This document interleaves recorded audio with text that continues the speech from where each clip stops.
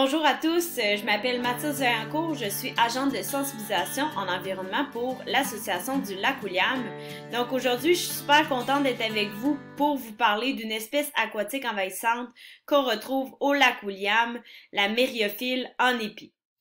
Je vais vous donner plus d'informations aujourd'hui sur cette plante aquatique. Cette plante est originaire de l'Europe, de l'Asie et de l'Afrique. Elle a été introduite au Canada dans les années 1960. Maintenant, on la retrouve dans près de 200 plans d'eau au Québec.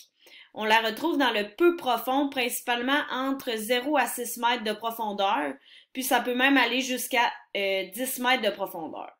Cette plante s'adapte à plusieurs conditions. C'est pourquoi qu'à chaque été, on voit que ça prend de l'ampleur, puis on la retrouve à d'autres endroits qu'on n'avait pas vu encore.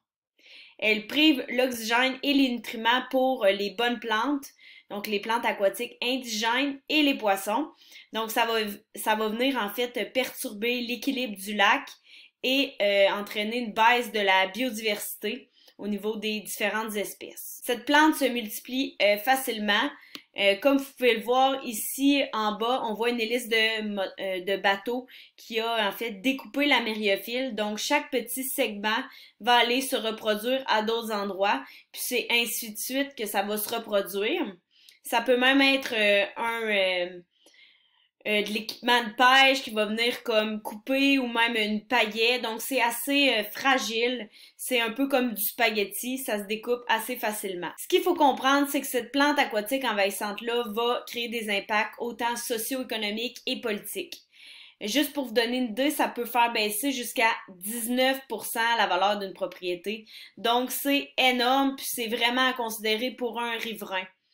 Ça favorise également l'habitat de l'escargot porteur de parasites.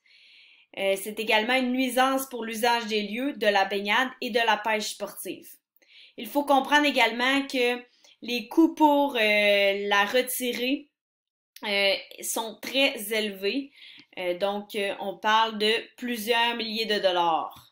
Ce que vous devez faire pour prévenir cette espèce envahissante, c'est bien évidemment d'éviter de circuler dans les zones peu profondes, et même de voir sur le dépliant du lac William, il y a une carte, puis il y a des régions en rouge où qu'on la retrouve plus.